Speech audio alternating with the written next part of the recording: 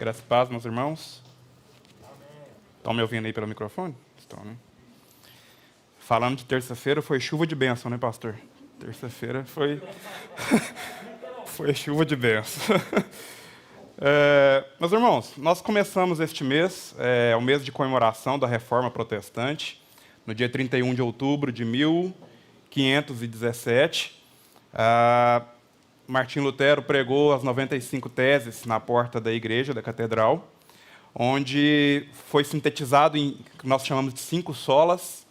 Essas 5 solas que estão aí: sola Escritura, somente a palavra, somente Cristo, somente a graça, somente a fé e glória somente a Deus. E nós decidimos, por este mês ser um mês de comemoração nesse sentido, de utilizarmos a pregação, o tempo de pregação, para falarmos do somente Cristo. E aí o pastor Bernardo começou no domingo passado, falando a respeito deste tema, e nós daremos continuidade no dia de hoje. Eu ouvi de um pastor uma vez que, para a gente falar o menos errado possível, a gente precisa de ler textos grandes. E o texto que a gente pegou para ler não é tão pequeno assim. Então, abra sua Bíblia, por favor, no livro de Mateus 19, de versículos 16 até o versículo 30.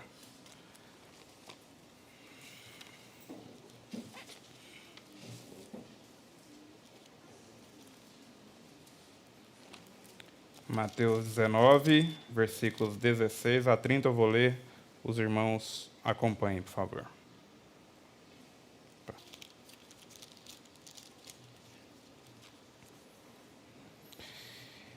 E eis que alguém, aproximando-se, lhe perguntou: Mestre, que farei eu de bom para alcançar a vida eterna? Respondeu-lhe Jesus: Por que me perguntas acerca do que é bom? Bom só existe um. Se queres, porém, entrar na vida, guarda os mandamentos. E ele lhe perguntou: Quais? Respondeu Jesus: Não matarás, não adulterarás, não furtarás, não dirás falso testemunho, honra teu pai e tua mãe, e amarás o teu próximo como a ti mesmo. Replicou-lhe o jovem: Tudo isso tenho observado. Que me falta ainda? Disse-lhe Jesus: Se queres ser perfeito, vai e vende os teus bens, dá aos pobres e terás um tesouro no céu. Depois vem e segue-me. Tendo, porém, o jovem ouvido essa palavra, retirou-se triste, por ser dono de muitas propriedades. Então Jesus disse a seus discípulos: Em verdade vos digo que um rico dificilmente entrará no reino dos céus. E ainda vos digo que é mais fácil passar um camelo pelo fundo de uma agulha do que entrar o rico no reino de Deus. Ouvindo isto, os discípulos ficaram grandemente maravilhados e disseram: Sendo assim, quem pode ser salvo? Jesus, fitando neles o olhar, disse-lhes: Isto é impossível aos homens, mas para Deus tudo é possível. Então lhe falou Pedro: Eis que nós tudo deixamos e te seguimos. Que será, pois, de nós? Jesus lhes respondeu: Em verdade vos digo que vós, os que me seguistes, quando, na regeneração, o Filho do Homem se assentar no trono da sua glória, também vos assentareis em 12 tronos para julgar as 12 tribos de Israel. E todo aquele que tiver deixado casas, ou irmãos, ou irmãs, ou pai, ou mãe, ou mulher, ou filhos, ou campos, por causa de meu nome, receberá muitas vezes mais e herdará a vida eterna. Porém, muitos primeiros serão últimos, e os últimos serão os primeiros. Vamos orar, meus irmãos?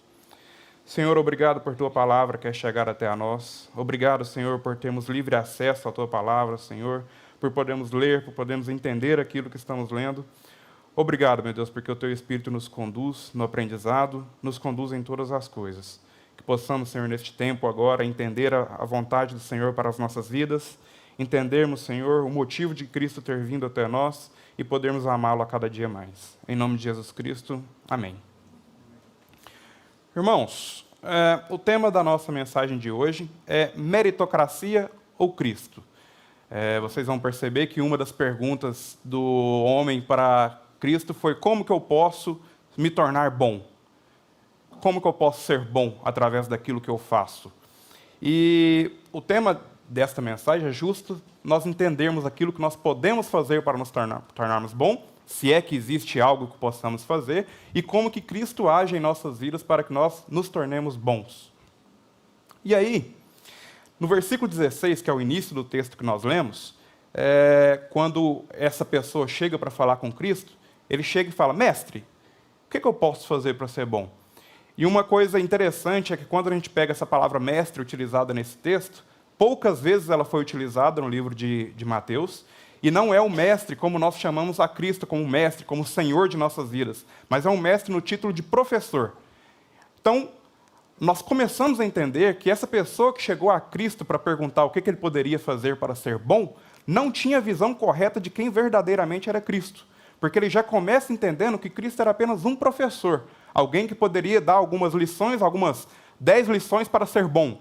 Como a gente vê em vários livros hoje, aí, 10 lições para ser feliz, 10 lições para ser eficiente, 10 lições para ser bom. Cristo, Jesus, mestre, professor, me fala aí, o que eu posso fazer, como que eu posso agir para que eu me torne uma boa pessoa?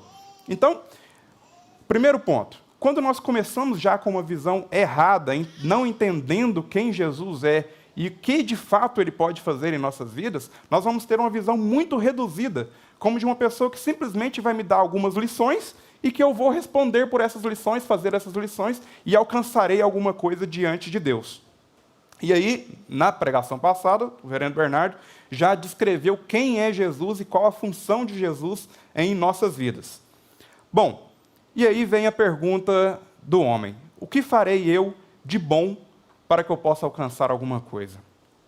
Então, é uma pessoa que, além de entender que Cristo era apenas mais um professor que poderia dar algumas lições para que ele pudesse cumprir e assim alcançar alguma coisa, ele também entendia que por suas próprias forças, suas próprias mãos, suas próprias ações, ele poderia alcançar alguma coisa diante de Deus. E aí nós veremos um pouco mais para frente se isso é verdade ou não. Mas a resposta de Cristo para ele foi algo muito interessante. Porque Cristo, sendo o próprio Deus encarnado, sendo o Verbo que se fez carne, sendo alguém que coexiste desde a criação do mundo, desde toda a eternidade, Cristo vira para esse rapaz e fala: mas quem é bom? Tipo, qual que é o seu conceito de bom? O que você entende por ser bom? São as pessoas que você vê? São os fariseus? São as pessoas que cuidam hoje da congregação? Qual que é o seu conceito de bom? E aí, uma das respostas, que está no versículo 17, que é o início da resposta de Cristo, ele pergunta, eu vou reler o texto: por que me perguntas acerca do que é bom? Bom só existe um. E esse um a quem Cristo fala é Deus. Se queres, porém, entrar na vida, guarda os mandamentos. E aí, nós vamos ver um pouco também do porquê Cristo fala para ele guardar os mandamentos. Cristo já conhecia o coração dessa pessoa e sabia que era uma pessoa que estava ali cumprindo todos os mandamentos conforme a igreja ordenava que fosse cumprido, da forma correta. E aí Cristo fala para ele: então, cumpra os mandamentos. Já que você quer ser uma pessoa boa, cumpra os mandamentos que for ordenado. E o jovem pergunta: mas quais mandamentos que eu tenho que cumprir? Por quê? Porque ele já tinha ciência que ele cumpria os mandamentos. Então, assim, como assim eu vou ter que cumprir os mandamentos para ser bom? E aí, Cristo ordena que os cumpra, mas você vai notar que mesmo cumprindo esses mandamentos não é suficiente. Porque mesmo o jovem, você vai ver no versículo 20, o jovem responde assim: tudo isso, todos os mandamentos que Cristo tinha citado anteriormente, tudo isso eu já venho cumprindo. Ou seja, o próprio rapaz, o próprio homem que cumpria esses mandamentos, ele ainda assim sentia falta de algo dentro dele. Por quê? Porque ele sabia que cumpria e sabia que mesmo assim ele não era bom, mesmo cumprindo todos esses mandamentos. Por isso que ele vai até Cristo perguntar: o que eu tenho que fazer? Porque mesmo cumprindo todos esses mandamentos que você fala para eu cumprir, eu estou cumprindo e ainda assim eu não me sinto bom. O que ainda me falta? Que é o que ele pergunta no versículo 20 a Jesus. E aí Jesus, quando pede para ele, para que ele vendesse todas as riquezas dele e distribuísse isso aos pobres, e depois de ter distribuído, seguisse a Jesus, não é porque isso era um mandamento e que todas as pessoas que fizessem isso iam ser consideradas boas perante Deus, de forma alguma. Mas sim porque Cristo entendia e já sabia, já tinha presciência de que o coração daquele homem estava nas riquezas. Embora tudo aquilo que ele dizia cumprir, que ele honrava o pai e a mãe dele, que ele não matava, nunca tinha matado ninguém, que ele nunca tinha adulterado. Apesar de cumprir todas essas exigências que a lei fazia, ainda assim o coração dele não estava na obediência dessa lei. Ele cumpria porque era entendido na época que quem cumprisse alcançaria misericórdia diante de Deus. Ou, como era, se você matasse, você morreria, pelo menos seria guardado em vida e não seria morto por causa de alguma transgressão da lei. Só que Cristo sabia que o coração dele não estava na obediência da lei. O coração dele não estava predisposto a obedecer a Deus por amor. O coração dessa pessoa, desse homem, estava nas riquezas. E embora ele obedecesse tudo, o que representava maior peso para a vida dele não conseguir, se é que ele conseguisse isso, não era conseguir a salvação perante Deus, mas sim em todos os bens que ele tinha, por ser um jovem rico.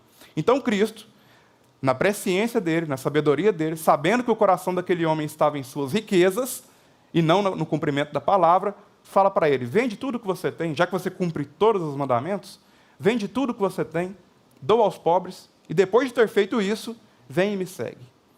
E aí,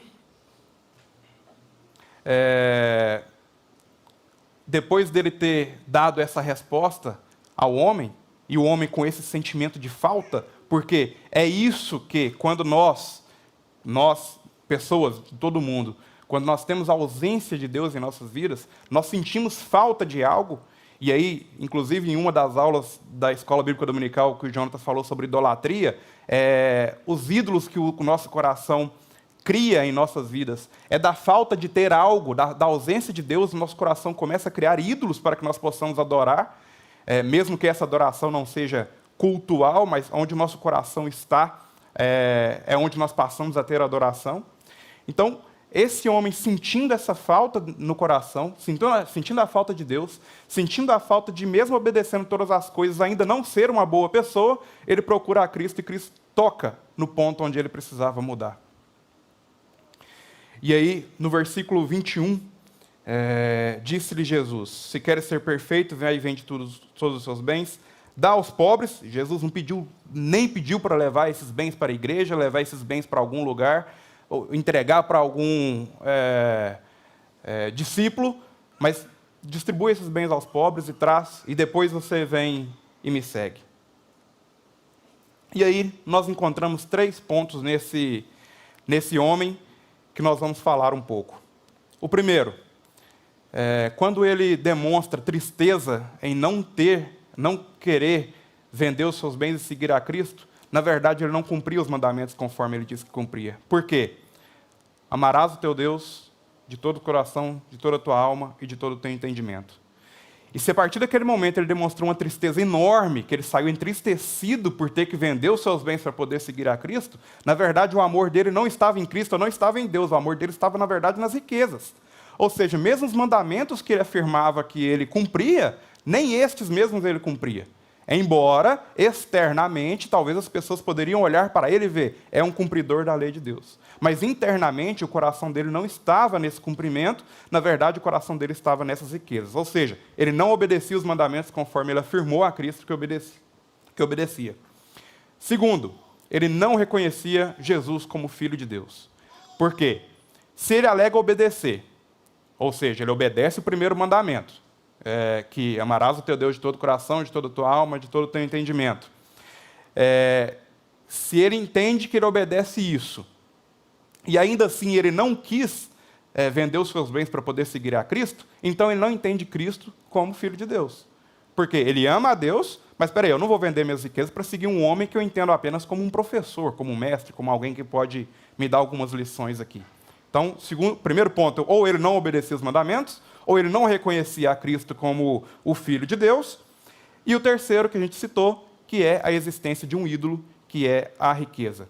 E muitas vezes, meus irmãos, o ídolo não é só a riqueza em nossas vidas. Muitas das vezes, o ídolo está no nosso trabalho, onde a gente dedica 95% do nosso tempo no nosso trabalho, não dedica nenhum tempo à família, nenhum tempo à leitura da palavra, nenhum tempo à igreja. Muitas das vezes, o nosso ídolo é o nosso cônjuge, que a gente dedica toda a nossa vida, inteira dedicada a realizar os desejos do nosso cônjuge ou dos nossos filhos, O tempo inteiro nós está dedicado aos nossos filhos e nós esquecemos completamente de dedicar o tempo às outras coisas, inclusive a Deus, inclusive à igreja, inclusive a nosso crescimento espiritual individual. Então, quando nós falamos da questão dos ídolos, além disso, além dele não ter a consciência de que a riqueza era um ídolo para ele, por ele ter essa tristeza toda em ter que abandonar os bens e distribuir aos pobres, ainda assim, existe uma coisa que no judaísmo antigo, e talvez hoje vocês vão perceber que algumas pessoas ainda trazem essa ideia, é que a pessoa que era bem-sucedida era a pessoa que era afavorada por Deus. Então, os judeus da época tinham essa visão de que as pessoas que eram ricas, que tinham boas condições financeiras, que tinham conseguido acumular muita riqueza, essa pessoa com certeza era salva, porque Deus abençoou essa pessoa com riqueza. E aí nós vamos ver mais para frente se é exatamente isso que acontece. Então, quando o homem pergunta como ele poderia fazer para ser bom, a resposta de Cristo foi basicamente, para ser bom, você precisa estar ligado a mim. E aí, na lição que o Anderson falou um pouco hoje mais cedo na Escola Bíblica Dominical, se nós não estivermos ligados a Cristo, nenhuma de nossas obras serão boas. Nós jamais teremos o fruto do Espírito exalando em nossas vidas se nós não estivermos ligados como ramo na videira que é Cristo. E aí, os discípulos presenciam toda essa questão, vê Cristo responder isso para o jovem e fica assim, mas se quem é rico? Porque, de novo, os judeus tinham essa visão de que quem é rico é favorado por Deus, então provavelmente o rico vai ser salvo, isso é certeza. E o pobre que lute para poder conseguir a sua salvação. Aí os discípulos ficam, mas se quem é rico não tem a certeza da salvação, então quem pode ser salvo? Se não é quem tem os bens e que foi favorado por Deus com esses bens. E aí, Jesus foi muito além dessa questão de ter que obedecer, de ter que fazer algo para poder ser salvo. O nosso Cristo, ele é o nosso mediador entre nós e Deus. É Ele que faz a ponte, é Ele que nos liga a Deus. E é justo por isso que no texto fala que o texto que a gente leu hoje um pouco mais cedo, que o ramo tem que estar ligado na videira. Porque é Cristo que vai nos levar até Deus. Então não é a obediência de qualquer mandamento, não é a obediência de qualquer homem que fala que nós temos que fazer alguma coisa, não é qualquer religião que vai falar que nós temos que realizar alguma coisa para chegarmos a Deus. É Cristo. E Cristo nos deixou lição com a sua própria vida do que nós temos que fazer. E aí a resposta que ele dá para os discípulos é que para os homens é impossível alcançar salvação. Quando os discípulos perguntam, então quem pode ser salvo? Já que os ricos não é exatamente isso que acontece, quem pode ser salvo? A resposta de Jesus é, para os homens isso é impossível. Ou seja, se dependesse de nós mesmos, se dependesse de nossa natureza humana, de nossa natureza caída, se dependesse de nossa obediência à lei de Deus, nós jamais conseguiríamos alcançar. Para o homem é impossível alcançar a sua própria salvação. E aquilo que o jovem queria, que o homem queria no início do texto, perguntando para Deus o que eu tenho que fazer para Cristo, o que eu tenho que fazer para ser bom, era impossível que fosse alcançado. Você não tem que fazer nada, porque nada que você fizer vai ser bom o suficiente para pagar o preço do pecado que você cometeu. Nada que nós fizermos paga o preço que foi pago por Cristo na cruz quando Ele morreu. O preço que a gente fala, né, é graça, mas não foi de graça. A graça que chegou até nós foi através de um sacrifício sangrento de Jesus Cristo. Foi através de Cristo, quando Ele morreu, Ele ter a ausência do Pai, de Ele virar para Deus e falar, Pai, por que o Senhor me abandonou? Ele sentir um Cristo que jamais pecou, um homem que nunca pecou, que veio até a nós, que participou de todo o processo de criação do mundo, que é bom, que a Bíblia fala, quando ele responde, só há um que é bom, e é Deus, que é bom, e que veio à terra, e que recebeu por nossa causa todos os nossos pecados na cruz. Então você imagina o peso que isso foi para Cristo, uma morte sangrenta, o abandono do Pai, e ainda receber todos os pecados sendo imerecido. Ele não merecia receber os nossos pecados na cruz. Então, quando ele responde para os discípulos, para o homem alcançar salvação, não, isso é impossível. O homem não vai alcançar salvação por ele mesmo. Mas para Deus, todas as coisas são possíveis. Então, quando para Deus todas as coisas são possíveis, para Deus, Deus envia o seu Filho, Deus vê o seu Filho sofrer, Deus permite que nós, homens, matemos o seu Filho, e que o nosso pecado, mesmo isso acontecendo, o nosso pecado caísse sobre as costas de Jesus Cristo. E através desse sacrifício que foi realizado, aí sim, uma obra feita completamente por Deus, por graça chega às nossas vidas, e aí sim nós conseguimos ter acesso a Deus, e aí sim nós conseguimos salvação diante de Deus.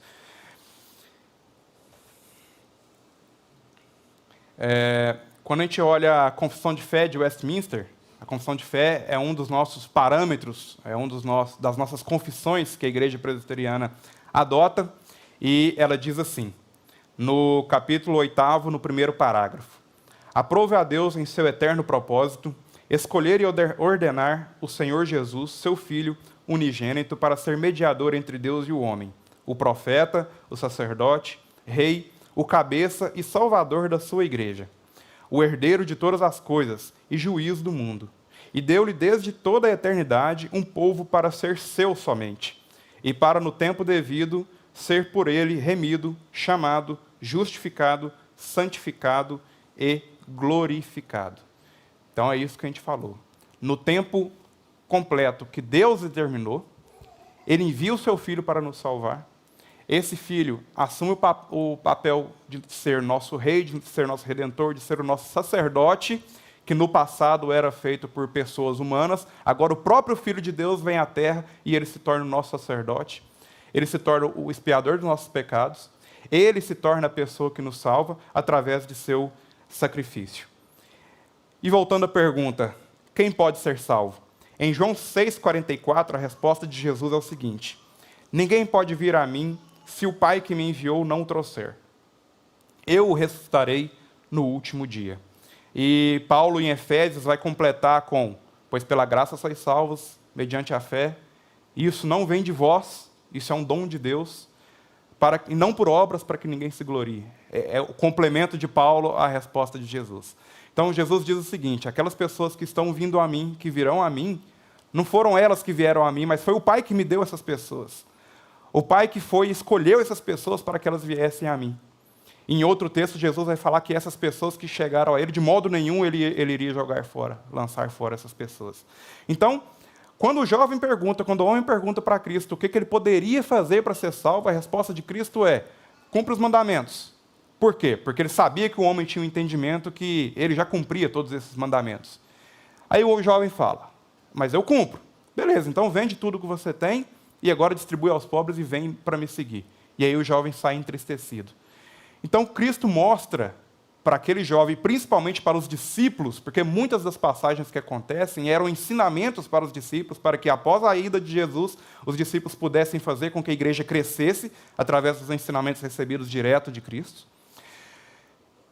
Cristo mostra que, se a pessoa obedecer todas as coisas, mas se o coração dela não estiver firmado, se o coração dela não for dado por Deus, se não foi Deus que fez aquela pessoa ser direcionada a Cristo, aquela pessoa jamais vai conseguir cumprir para alcançar por força própria a sua misericórdia, a sua redenção diante de Cristo. E aí, quando Cristo fala que as pessoas que vêm é o Pai que me envia, ele mostra que a ação nossa de ir até Deus, mesmo a nossa ação de procurar Deus para a obediência, de procurar a Deus para amar, não parte de nós, e sim do Espírito Santo que é enviado por Deus para que faça isso através de nossas vidas. E aí, se a gente for colher aqui relatos de conversão das pessoas, a gente vai ver que são das mais variadas histórias possíveis. Das mais variadas histórias possíveis. De pessoas que nasceram na igreja, que foram ensinadas a vida inteira na igreja, ensinadas de forma correta por pessoas salvas, a forma correta de obedecer e de seguir a sua vida diante de Deus, mas que mesmo assim elas vão se converter depois de adultas. Mas que mesmo sabendo a forma correta, talvez até obedecendo de forma correta, durante todo o seu período de infância e de adolescência, só depois de adulto o Espírito Santo pode ter levado aquela pessoa a crer e a confessar os seus pecados e aceitar Jesus como único assistente e salvador. Imagine, isso nós estamos falando de pessoas que, o exemplo que eu citei, de pessoa que nasceu na igreja. A gente pega pessoas de fora da igreja, nós temos inúmeras formas de que pessoas foram convertidas. Pessoas que foram convertidas depois de uma dor muito grande, depois de um acidente, depois de algo de muito ruim que aconteceu na sua vida e a pessoa procurou a Cristo. Ou não, ou pessoas que estava tudo bem, mas que sentia esse mesmo vazio que o jovem sentiu aqui que nós citamos. Que obedecia tudo e ainda assim virou para Cristo e disse: o que me falta para ser um bom homem? A forma como o Espírito vai agir na vida de cada pessoa para trazer a Cristo é variado e não compete a nós. Mas o que nós precisamos saber e precisamos entender é: jamais nós cumpriremos alguma coisa se for por nossa própria vontade. Se for por nosso próprio desejo, por nossa própria necessidade humana de buscar a Deus para ter uma cura, ou buscar a Deus para resolver um problema financeiro que eu tenho, ou buscar a Deus porque eu acredito que as pessoas que seguem a Deus são boas pessoas e fazem coisas boas para a sociedade, ou buscar a Deus por mero... eu preciso de algum lugar para ir, né? Eu já ouvi, no meu trabalho, então, já ouvi muito isso. Não, eu preciso de arrumar uma igreja para ir, eu preciso de algum lugar para ir. Nós jamais alcançaremos salvação por nossa própria vontade, seja ela qual for a vontade nossa do nosso coração. Se for para fazer coisas boas, se for para consertar algo de errado na nossa vida, jamais, jamais. Mas nós conseguimos salvação através de Cristo Jesus. E a partir do momento que nós aceitamos Ele como o único e suficiente Salvador, que nós aceitamos que Ele veio ao mundo imerecido e recebeu os nossos pecados sendo um homem santo, e a partir do momento que Ele recebe os nossos pecados, a partir daí aquele que nele crê é santificado, não que nós nos tornamos santos, mas nós somos santificados por Ele, Ele nos torna santos. Que o Espírito Santo dele vem habitar em nós depois disso, e que o Espírito Santo dele vai nos conduzir, e que ainda assim, depois de convertido, nós continuamos sendo pecadores, nós continuamos pecando depois de convertidos. Infelizmente, às vezes, nós ainda depois de tudo isso ter acontecido, a nossa natureza é tão ruim, é tão caída, que ainda assim, depois de salvos, nós cometemos pecados. Ou seja, se dependesse da gente cumprir alguma coisa, e Cristo vai falar em outro texto que quem tropeça em um mandamento, ele tropeça em todos. Então, se dependesse de nós para que nós cumpríssemos, e a partir desse cumprimento da lei nós fomos salvos, não seríamos salvos. Porque mesmo depois de convertido, mesmo depois de ter recebido a graça, depois de ter entendido tudo isso que eu estou falando, do plano de salvação, de quão bom Deus foi para nós, de quão bom Cristo foi para nós, de ter morrido em nosso lugar uma morte que era nossa, ainda assim nós conseguimos errar contra Deus. Então, a partir desse ponto, nós entendemos que nós somos fracos e por nossa própria força, por nossa própria vontade, nós jamais chegaremos a algum lugar. Então, se nós chegamos à salvação, e se nós temos certeza disso, não foi por nós, mas sim por Cristo que nos alcançou, pela bondade de Cristo que chegou até nós. Voltando, foi graça, mas não foi de graça que isso aconteceu. E quando nós falamos lá quando eu falei que nós seguimos e ainda assim, depois de convertidos, nós passamos por problemas que podem nos fazer cair, nós podemos cair. Não sei quem já leu, quem não leu, eu indico o livro O Peregrino. John Bunyan, ele vai contar uma história, mas contando a história de um cristão e da trajetória do cristão depois dele ter aceito a sua mudança de vida até ele chegar à vida eterna. E ele conta a história, a pessoa que aceita a Cristo no livro, ele tem por nome cristão, então ele conta uma história bem paralela com a vida cristã mesmo. E nesse livro ele vai citando todos os percalços. Aí ele passa pelo pântano do desânimo, ele encontra pessoas que vão tentar falar para ele: cara, você está indo para o lado errado, não é esse lugar que você tem aí não, é por aqui, ó. E aí, em algum momento, ele fala: por ali realmente é mais fácil. E ele sai do caminho que é correto e vai para o caminho errado. E aí vem outra pessoa chamada evangelista e fala para cara: eu te falei para você sair do caminho, o caminho é aquele lá, volta. E aí ele retorna para os caminhos de Deus. Então, ele vai citando todos os percalços que o cristão vai passar através dessa trajetória ilustrativa, mas que representa bastante a nossa vida cristã. Quando ele trata, e eu indico, viu, gente? Leia, eu inclusive preciso reler. Ele trata da vida do cristão, de quando ele sai da sua conversão até a chegada da vida eterna. Irmãos, não é fácil, não é fácil. Se os nossos olhos não estiverem fixos em Jesus Cristo, se os nossos olhos não estiverem certos de que o que nós precisamos fazer é crer que Cristo tem a promessa para nós de salvação, e crer que o caminho não vai ser fácil, mas que apesar disso, Eu sei que no final de toda essa história, eu vou ter acesso à vida eterna e eu estarei, não só pela vida eterna, mas porque eu estarei na presença de Cristo e na presença de Deus, eternamente, e que é isso que nos dá esperança para a nossa vida. Então, o que nos dá esperança não é saber que eu vou cumprir, que eu vou fazer tudo certo para que eu possa chegar lá na frente e conseguir alguma coisa. A minha esperança não é saber que eu tenho bem suficiente que vai me manter independente de qualquer crise financeira causada no país, eu vou conseguir me manter até o final de tudo, e eu vou passar por isso de forma sem sentir tanto abalo assim. A minha esperança não é saber, e aí, quando Martim Lutero pregou as 5 solas lá, as 95 teses, uma das coisas que ele rebatia era a venda de indulgências, que acontecia na igreja da época, onde as pessoas poderiam comprar a sua salvação. Então, eu sendo rico, a minha esperança não está nessa riqueza que eu tenho, que eu vou poder, de alguma forma, comprar a minha salvação. Ou comprar algo, depositando algum dinheiro na igreja, ou distribuindo esse dinheiro aos pobres, que eu vou ser salvo por causa dessa ação, ou por causa desse valor monetário que eu estou entregando a alguém. Isso não é a nossa esperança. A nossa esperança é, eu não merecia Cristo, e Ele veio. Eu era pecador e Cristo não, mas Cristo recebeu o nosso pecado, mesmo assim. Eu merecia a morte, Cristo não merecia a morte. E Ele passou pela morte por nós. E através dessa morte dele e da sua ressurreição ao 3º dia, é que nós somos salvos. Não é por riqueza nenhuma, não é por bens materiais nenhum, não é por nada disso. É por causa do amor de Cristo pela sua igreja, pela noiva. E por fim, já entrando na nossa reta final, beleza, a gente não tem que cumprir para ser salvo, mas não por obras, mas com obras. Eu fui salvo por Cristo e agora eu preciso demonstrar. A partir do momento que o Espírito Santo habita em nós, nós demonstramos, Anderson, o bom fruto do Espírito Santo. Ou o bom fruto, com todos os seus gomos, longanimidade, benignidade, mansidão, domínio próprio, paz, amor, alegria. O fruto do Espírito, ele é exalado em nossas vidas. E através do fruto do Espírito que é exalado em nossas vidas, aí sim, vem a obediência por amor a Deus. Vem a obediência porque o Espírito Santo de Deus nos conduz a essa obediência através do fruto do Espírito.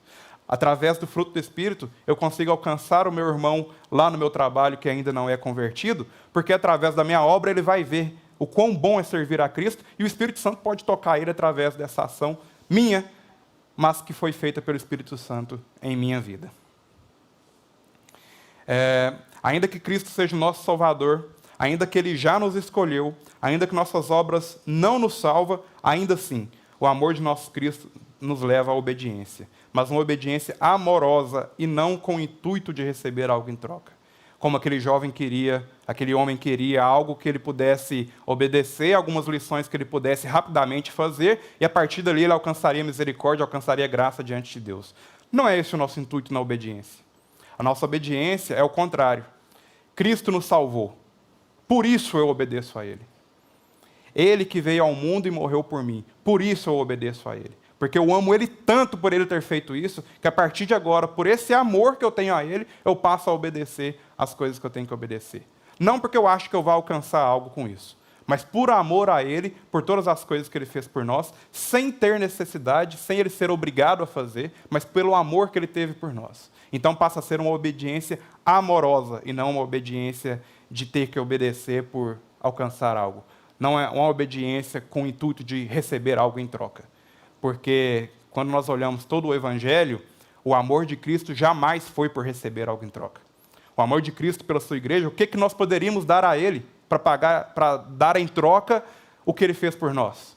Nos livrar de um castigo eterno. O que o homem, em sua natureza, poderia dar a Deus, poderia dar a Cristo, pelo que Ele fez por nós? Nada, nem mesmo a obediência. Nem mesmo se uma pessoa conseguisse, jamais vai conseguir, cumprir toda a lei do início ao fim, desde que nasceu até a sua morte. Isso não paga o que Cristo fez por nós. Então a obediência jamais é para querer ter algo em troca, mas sim por amar a Cristo, por Ele ter feito isso em nossas vidas.